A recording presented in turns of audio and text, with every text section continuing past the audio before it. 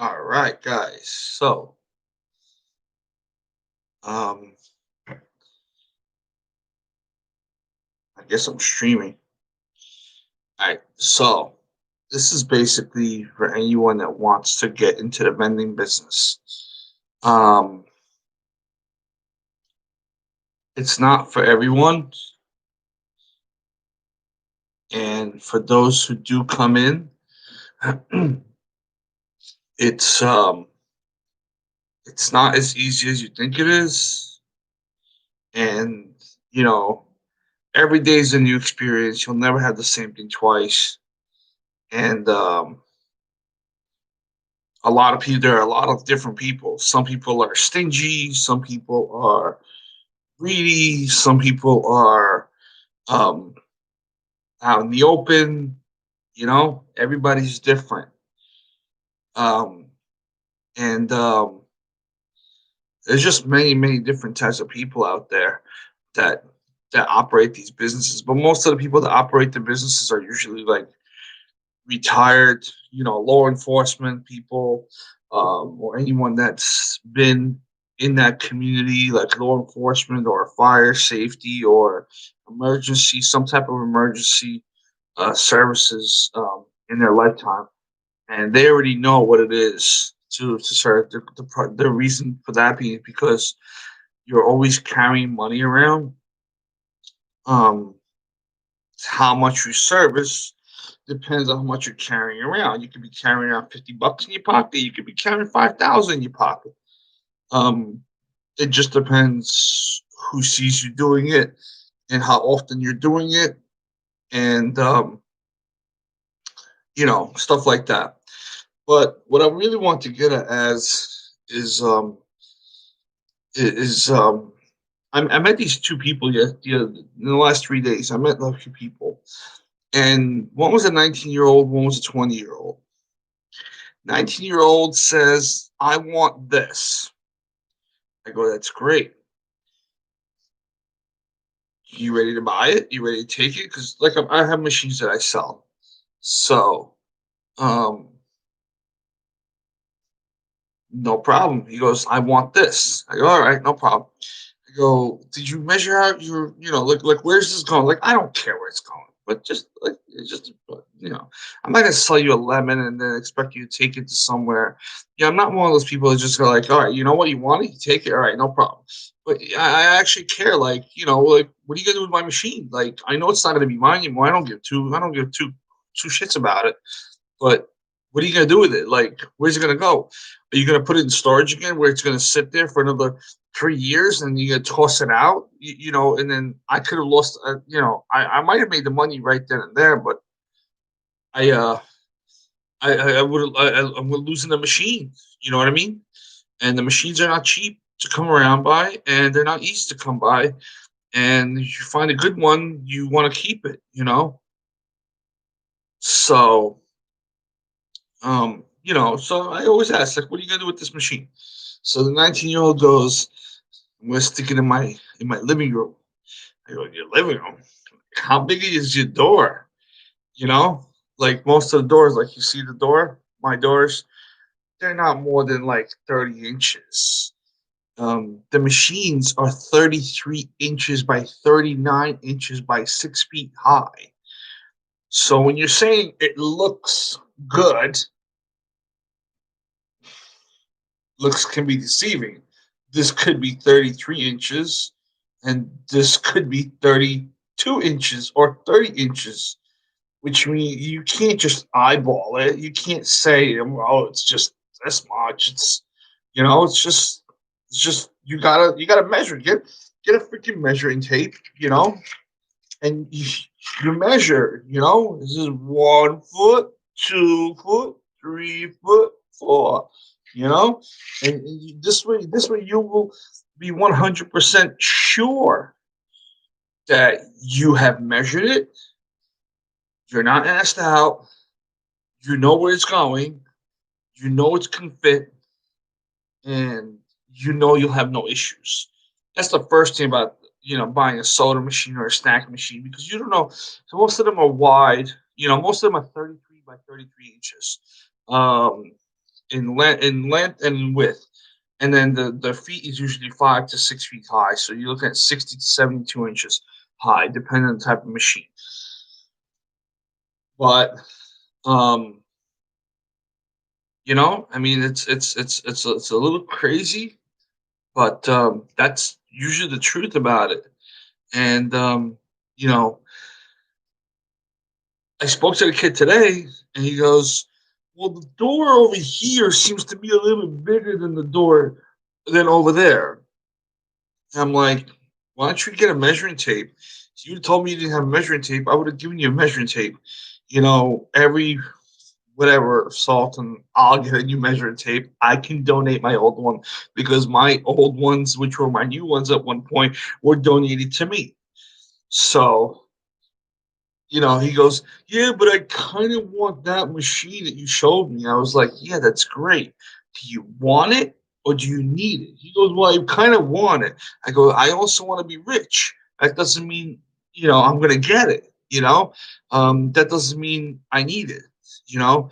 But the main question was, do you want to make cash or do you need to make cash? Because if you just want to make cash, that's great, it's just one thing, but you need to make cash. Now I know you're focused on something else. You're focused on the right thing because now you're needing to make cash. So in order to make cash, you have to make sure that everything's properly set up so that you can make cash. It's not like a big company that knows what the hell they're doing. When somebody builds a building, a construction site, when the construction site goes up, it's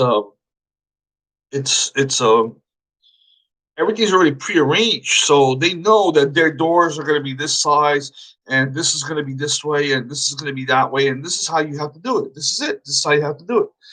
You know, um, this is how you do it. Um, but not everybody seems to be thinking that way.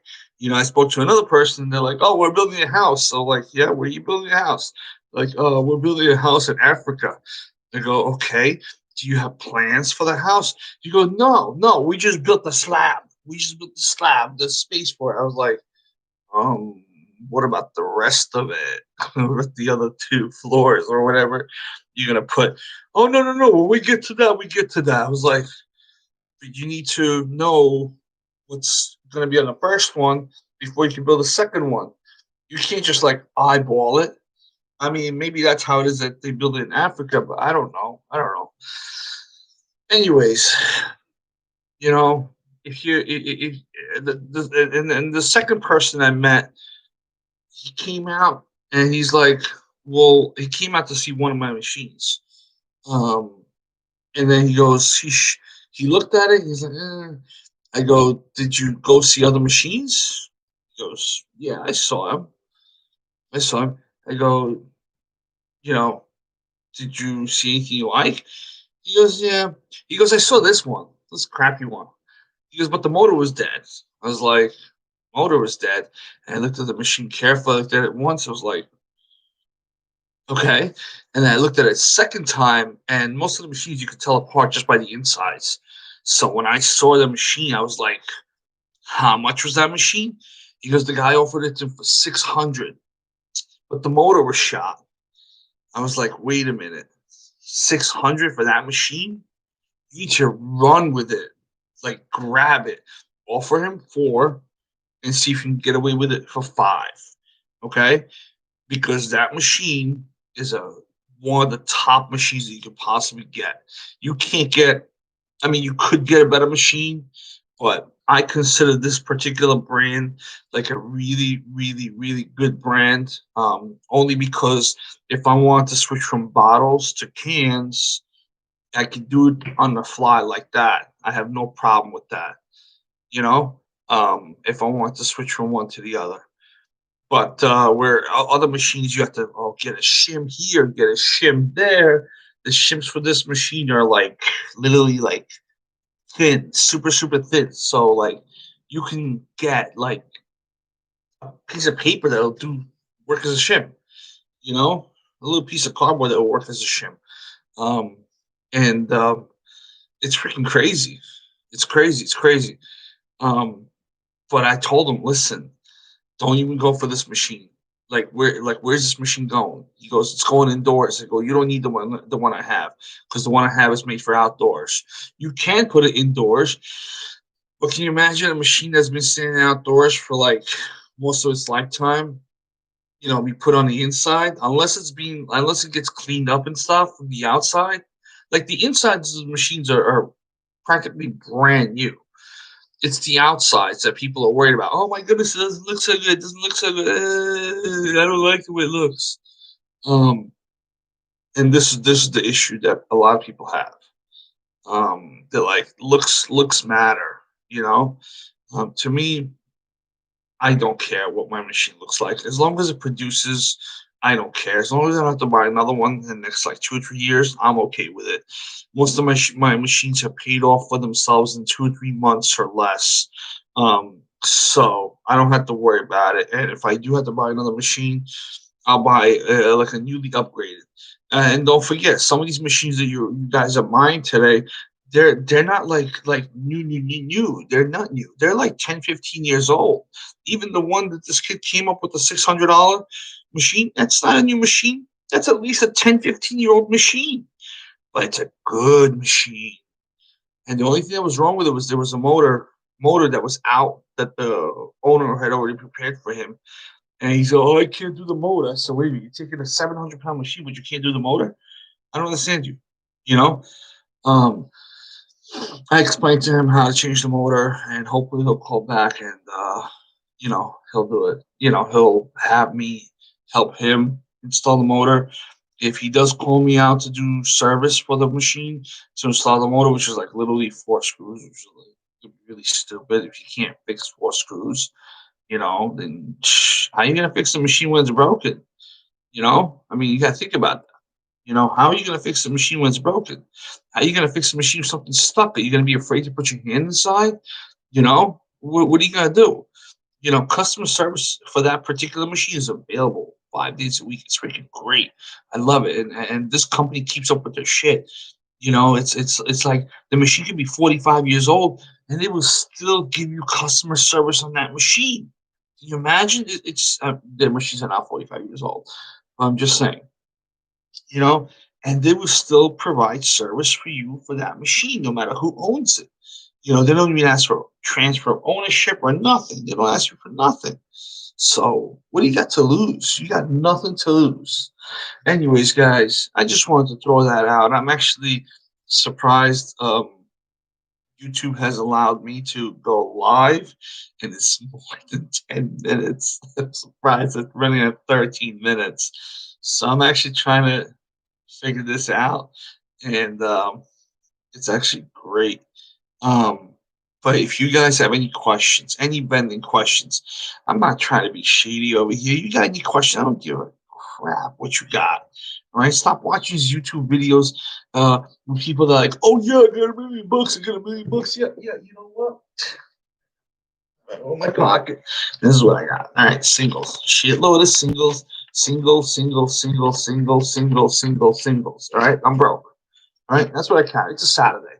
I'm broke. All right, and that's what I'm carrying in my pockets. I'm not gonna go out and show you $1 million that I made. Yeah, sure. Some of the machines make $200-300 a week, and some machines make that in the whole year. Some machines, one you'll never even see that. Because this year of coronavirus, one of my best machines, not has just only given me problems all year long, and it wasn't because of the machine, is because there was a shortage. It was a short in the electrical, um, in where it's plugged in, and it's just not just giving me problems there. It's giving me problems with the electrical, and it's been just one problem after another, and that machine is costing me so much already. I said, you know what, screw it, I'm gonna sell it. I'm gonna sell the machine. Just the key alone was just a hassle. Just the door, and I thought buying it would be like, oh my goodness, I want to go get more machines like this. I bought a key, I bought a starter box for it, I bought so much stuff for it. I literally replaced the whole machine. The price I'm selling it for is like super dirt cheap. Um, It's whatever I paid for the parts is what you're paying for. Basically, machines basically being given away for free. I can't open the damn door now because it's electronic. If anyone has a hint on how to open, you know, the 12 button selection door, the door is literally stuck. It says on the remote when I click it, it says opening, opening, opening, and the door's supposed to come out. And then right away it says closing. It's not even open, it's closing already. Um, so that's the issue I'm having with that machine. And it's a great machine. It's just the next one we get is going to be with a key. I want a metal key that I can put it in, turn it, and open the door. And if it's stuck by a little bit, at least I know it's open. And then I can replace the lock. It's going to cost me $25 to replace the lock versus um, $325 when the machine hasn't made that much for the year, you know? And that's why I'm selling that machine. So, anyways, guys, I have any questions, any comments? This is the first time I've gone live. If you wind up watching this video like later on, whatever time maybe, I guess put a message on it. I probably will not respond too quickly, but I'm guessing if you subscribe to the channel, I guess if you put like what is it, that little bell thing or whatever it is, that the next time I post a video, that you'll probably get a notification. Um, I don't care if you don't watch the videos. You can go do your own shit. I don't care. Um, yes, I'm playing with my mic. Um, I'm not making this so that like nothing. I'm not. This is not scripted or nothing. This is just from my personal experience. If you guys have questions to ask about the vending, because all these people, these guys, they want to come in and they're like, "Oh, I want to go make money. I want to go make money." Do you want to make money or do you need to make money? Because obviously, if you didn't want to, then you don't need to.